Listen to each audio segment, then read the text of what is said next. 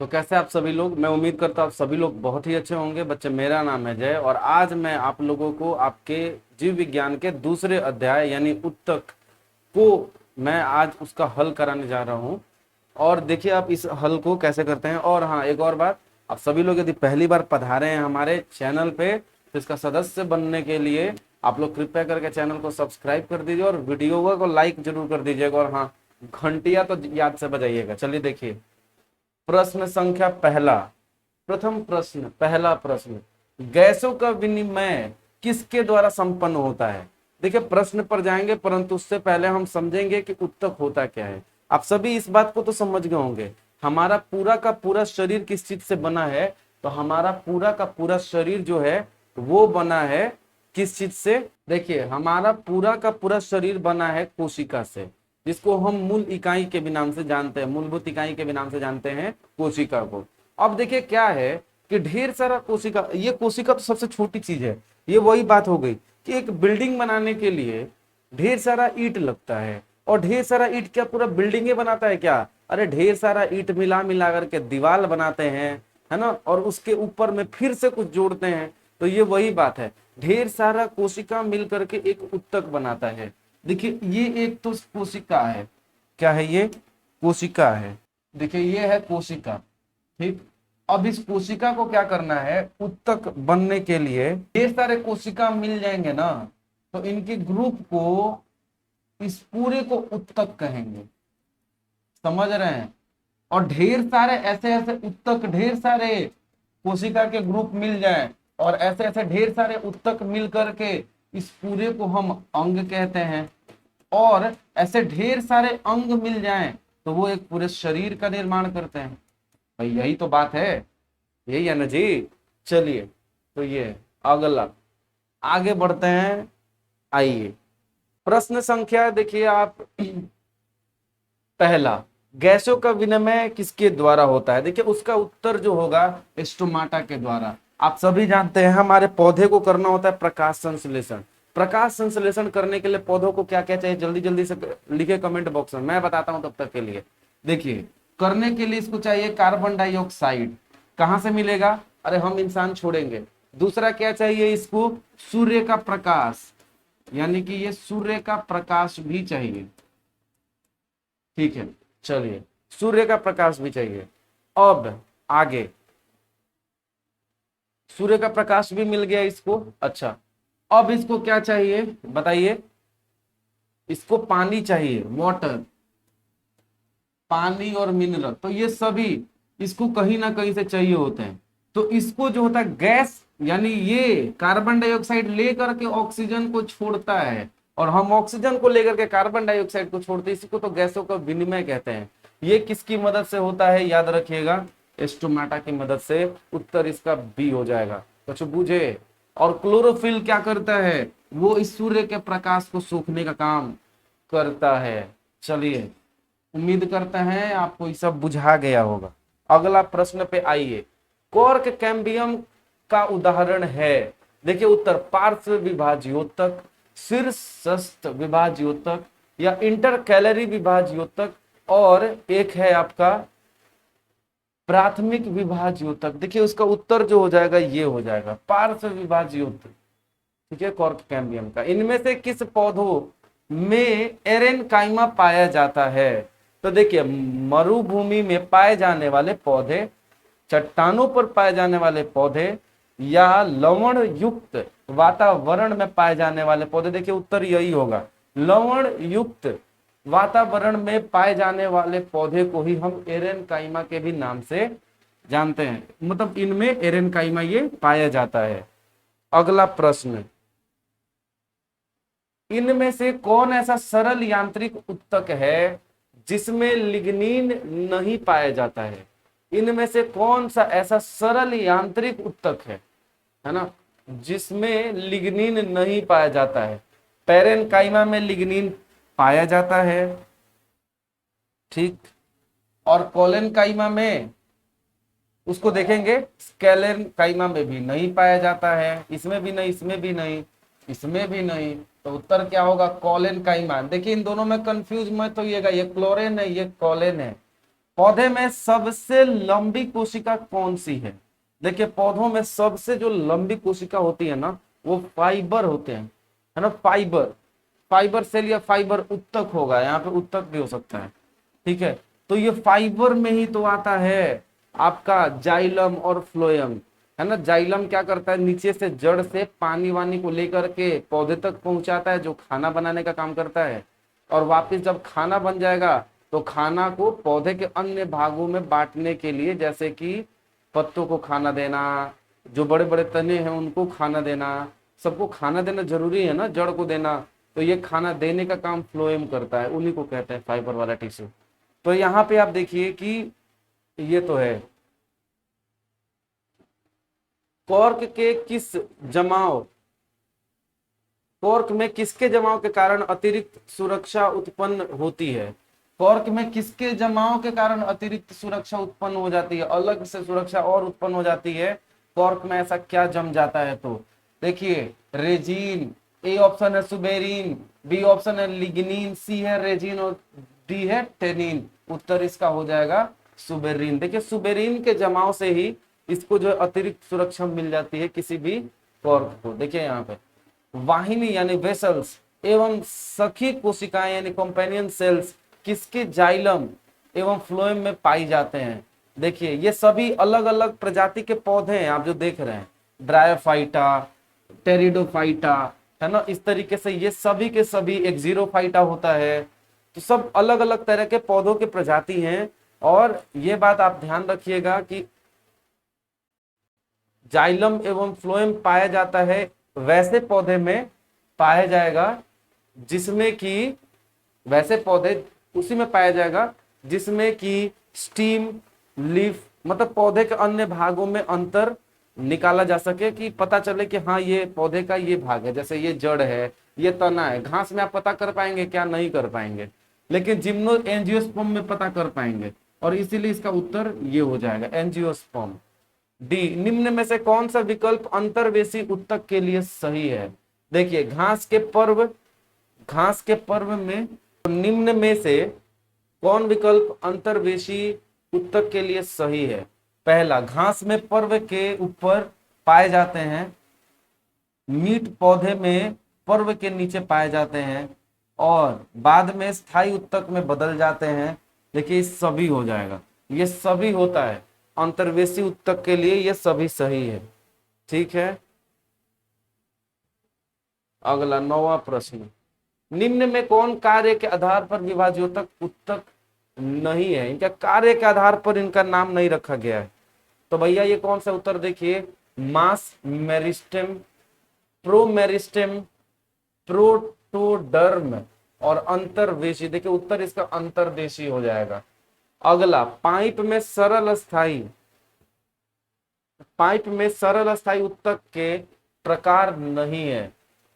चलिए आइए, पाइप में सरल स्थायी उत्तक के प्रकार नहीं है, तो इसका उत्तर जो हो जाएगा ग्राउंड मेरिस्टम, यानी कि उत्तर इसका हो जाएगा डी।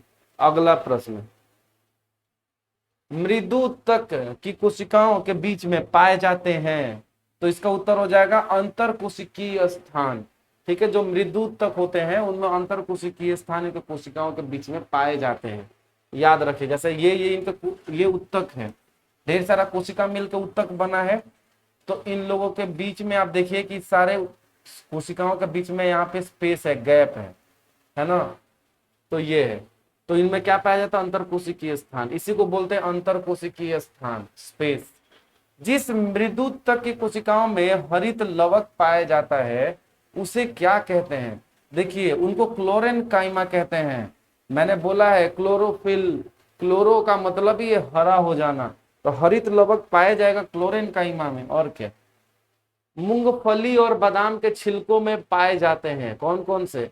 हरित लवक बिल्कुल भी नहीं, अंतर कोशिकीय स्थान बिल्कुल भी नहीं, चालनी पट्टी, अरे ये तो और बिल्कुल भी नहीं।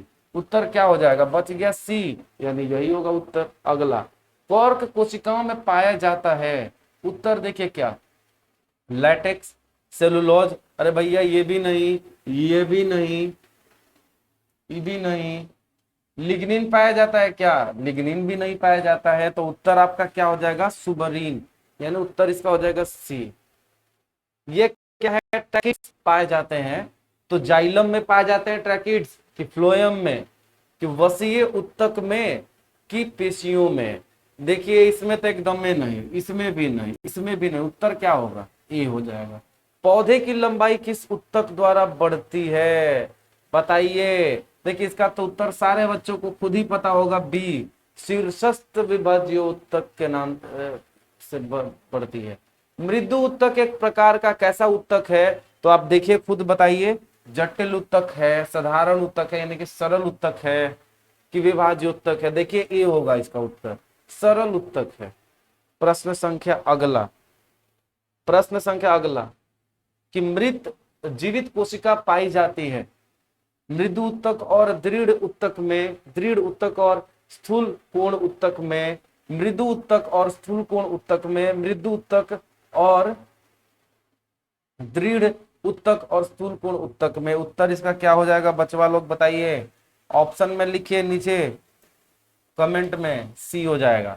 विभाजन की क्षमता होती है किसमें, देखिए आप सभी जानते हैं कि सारे के सारे कोशिकाओं का विभाजन भी होता है ना, कोशिका का विभाजन भी होता है।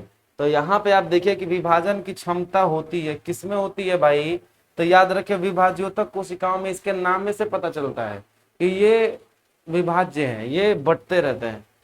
19 के बाद आइए 20 में, किन कोशिकाओं की भित्ति लिग्निन के कारण मोटी हो जाती है, तो आप पाइएगा यहाँ पे इसका उत्तर क्या हो जाएगा कि किन कोशिकाओं की भित्ति जो है वो लिग्निन के कारण मोटी हो जाती है, तो वो है दृढ़ उत्तक के कारण मोटी हो जाती है।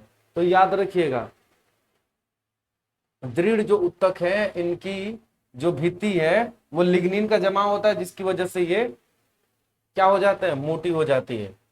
जाइलम में कौन सजीव घटक है, तो आप पाएंगे यहाँ पे जाइलम में कौन सा सजीव घटक है, तो देखिए यहाँ पे ट्रैकिया, बिल्कुल भी नहीं। रेशे, ट्रैकिया क्या है, फेफड़ा, फेफड़े वाले पाइप को कहते हैं। रेशे, रेशे होगा क्या, बिल्कुल भी नहीं। ट्रैकिड्स, ये भी नहीं। उत्तर बच गया डी, यही हो जाएगा।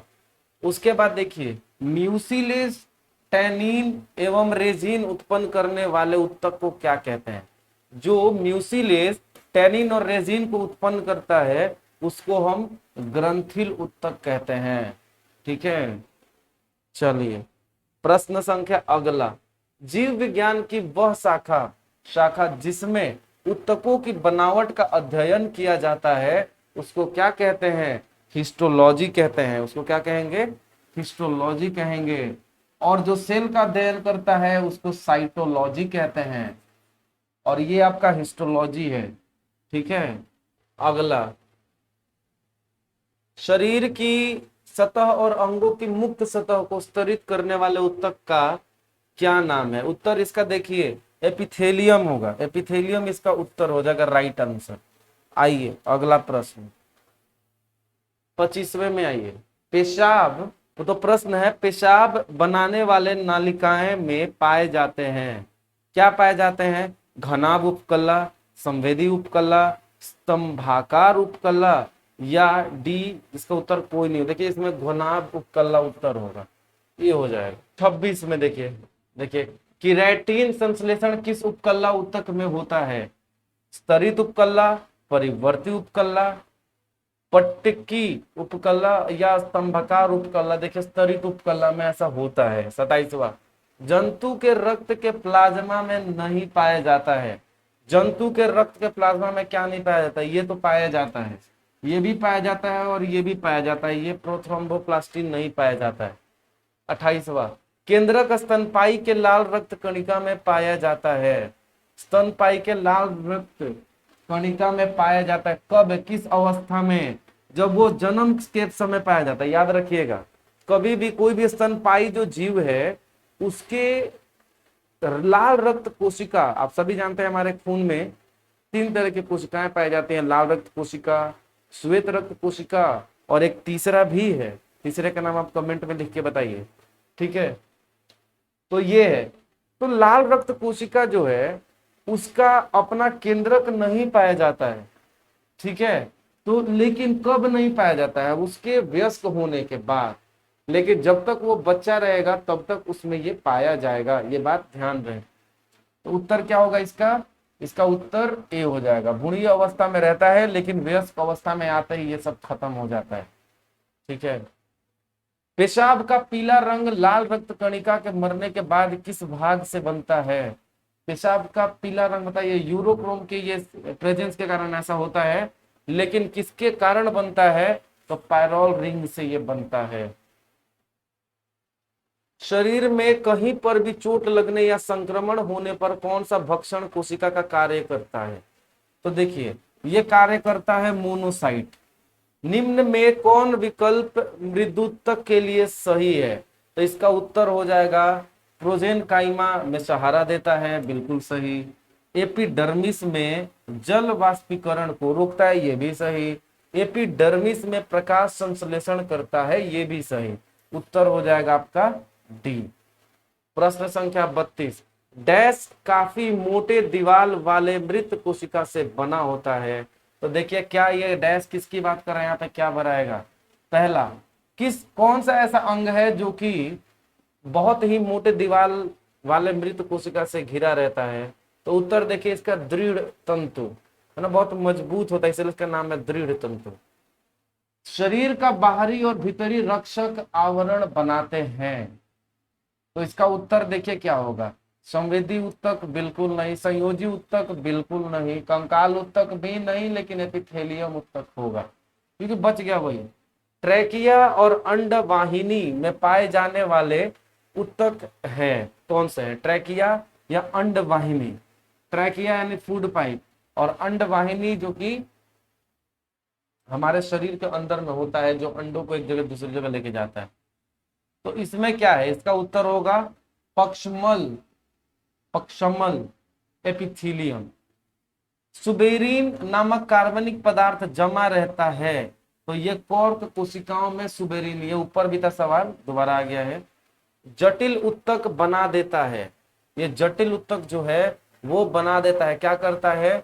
भिन्न भिन्न कार्य करने वाली विभिन्न प्रकार की कोशिकाओं का। आगे देखिए, किसके द्वारा मिट्टी से जल और खनिज लवण पत्तियों तक पहुंचाया जाता है? किसके द्वारा मिट्टी से जल? अब बताइए, मैंने बताया था शुरुआत में ही, जल और खनिज लवण पत्तियों तक पहुंचाने का क्यों? पत्तियों में ही तो खाना बन रहा है, तो वहां पे लेके जाने का काम है जाइलम का। जाइलम, देखिए यहाँ पे जाइलम है उत्तर में, ये हो जाएगा। चालनी नालिका बनाने में भाग लेता है। चालनी नालिका बनाने में क्या भाग लेता है भाई? तो इसका उत्तर हो जाएगा फ्लोएम। फ्लोएम, देखिए फ्लोएम का और भी काम है, जो खाना बन जाएगा पत्ते में, उसको हर जगह पहुंचाने का काम फ्लोएम करता है। सहकोशिकाएं पाई जाती हैं, कहाँ पाई जाती हैं भाई? तो फ्लोएम में पाई जाती हैं। इनमें से किसमें केंद्रक नहीं पाया जाता है? देखिए, चालनी कोशिकाओं में नहीं पाया जाता है। तो ये था आपका अध्याय नंबर 2 का सारा प्रश्न। अब हम अध्याय नंबर 3 का प्रश्न देखेंगे, लेकिन अभी जस्ट नीचे देखिएगा तीसरे वाला वीडियो में, वहां पे मिलेगा।